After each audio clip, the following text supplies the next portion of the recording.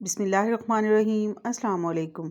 आज हम बनाएंगे बेहद खस्ता और कड़क बिल्कुल बाजार जैसी तिल की गचक या फिर तिल पट्टी।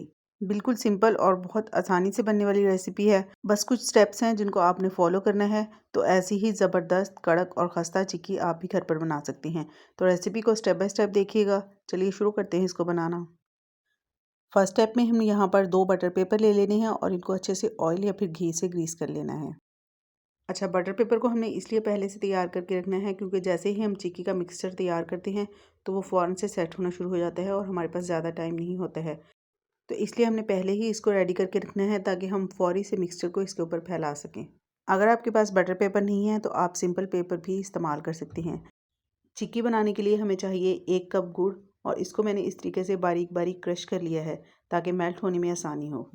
और सिर्फ 2 खाने के चम्मच हमने इसमें पानी डालना है। इससे ज़्यादा पानी नहीं डालेंगे क्योंकि जितना ज़्यादा हम पानी डालेंगे फिर उतना ही ज़्यादा टाइम के लिए हमें गुड़ को पकाना पड़ेगा। तकरीबन 1 मिनट के बाद ही गुड़ जो है वो मेल्ट होना शुरू हो चुका है। इसको हम मज़ीद 4 से 5 मिनट के लिए लो फ्लेम पर पकने देते हैं। इसके बाद हम इसमें डालेंगे 1 खाने का चम्मच बटर या फिर देसी घी। आप बनस्पति घी का इस्तेमाल भी कर सकते हैं, लेकिन ऑयल मत डालिएगा, घी ही डालिएगा।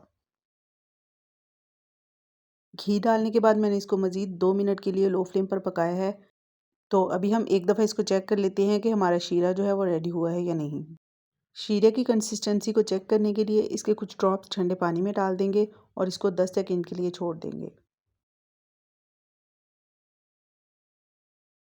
तो यहाँ पर आप लोग देख सकते हैं कि शीरा भी काफ़ी सॉफ्ट है। तो अभी हमने इसको मज़ीद पकाना है।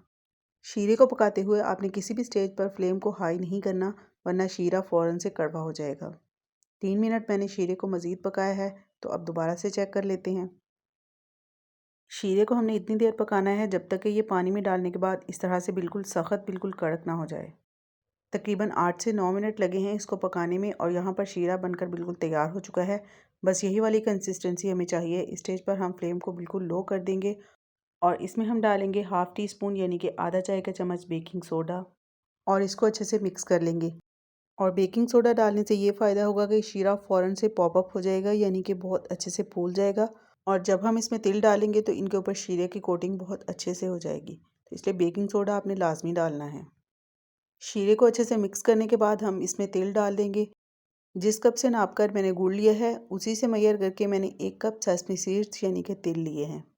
और दोनों चीज़ों की क्वांटिटी आपने बराबर रखनी है। ये बहुत अहम पॉइंट है, इसको आपने बिल्कुल भी इग्नोर नहीं करना। बिल्कुल लो फ्लेम पर तिल को शीरे के साथ अच्छे से मिक्स कर देना है। इसके बाद हम फ़ौरन से इसको बटर पेपर के ऊपर निकाल लेंगे और इसको जल्दी से चम्मच के साथ या फिर किसी बर्तन के साथ सेट कर देंगे। तो जब तक मैं यहाँ पर इसको सेट कर रही हूँ, आप लोग जल्दी से वीडियो को लाइक कर दें। और अगर फर्स्ट टाइम मेरी को वीडियो वॉच कर रहे हैं तो आप लोगों से रिक्वेस्ट है कि काइंडली चैनल को भी सब्सक्राइब कर लें। इसके अलावा ये भी ज़रूर बताइएगा कि किस शहर या फिर किस गाँव से आप मेरी वीडियो को वॉच कर रहे हैं। एक बटर पेपर हमने नीचे बिछा लिया था और एक पेपर को इस तरह से ऊपर बिछा के हम इसको रोलिंग पिन की मदद से फ्लैट कर लेंगे। और ये काम आपने जल्दी जल्दी करना है क्योंकि जो मिक्सचर है वो फ़ौरन से ठंडा होना शुरू हो जाता है। फ्लैट करने के बाद ऊपर वाली साइड का जो बटर पेपर है उसको हमने उतार देना है। अगर किसी जगह पर थोड़ा बहुत पेपर लगा रह जाए तो कोई मसला नहीं है, उसको हम बाद में भी उतार सकते हैं। अब जिस भी साइज़ के पीसेस बनाने हैं उसके हिसाब से हम इसमें कट लगा लेंगे। ये देखें, इस तरह से कट लगाने के बाद हम इसको 15 से 20 मिनट का रेस्ट देंगे ताकि ये अच्छे से सेट हो जाए। तकरीबन 20 मिनट के बाद यहाँ पर हमारी बहुत ही ज़बरदस्त, बिल्कुल कड़क, खस्ता और मज़ेदार सी तिल की चिक्की जो है वो बनकर तैयार हो चुकी है, जिसको आप तिल पट्टी भी कह सकते हैं। तो पीसेस बनाने से पहले हम इसके नीचे वाली साइड का जो बटर पेपर है उसको भी अलहदा कर देंगे। ये देखें कितनी आसानी से इसके पीसेस हो रहे हैं और कितनी ज़बरदस्त, कड़क और बिल्कुल खस्ता तिल की चिक्की जो है वो बनकर तैयार हुई है। तो ये थी मेरी आज की रेसिपी। उम्मीद करती हूँ कि आपको पसंद आई होगी। स्टेप बाय स्टेप अगर आप इस रेसिपी को फॉलो करेंगे तो इसी तरह की बेहतरीन किस्म की चिक्की आप भी घर पर बना सकते हैं। ट्राई ज़रूर कीजिएगा और अपना फीडबैक मेरे साथ ज़रूर शेयर कीजिएगा। इसके अलावा भी अगर आप चाहते हैं कि चिक्की की कोई रेसिपी मैं आप लोग के साथ शेयर करूं तो वो भी ज़रूर मेंशन कीजिएगा। चिक्की के अलावा हलवा की बहुत सारी रेसिपीज़ मैंने आप लोगों के साथ शेयर की हुई हैं। अगर आपको हलवा पसंद है और आप हलवा की कोई रेसिपी देखना चाह रहे हैं तो इसके लिए आप मेरे चैनल को ज़रूर विज़िट कीजिएगा। आई होप आप लोगों को वो रेसिपीज़ बहुत पसंद आएंगी। इस चिक्की को आप किसी भी एयरटाइट कंटेनर में डालकर अच्छे से इसको कवर करके सेव कर लें।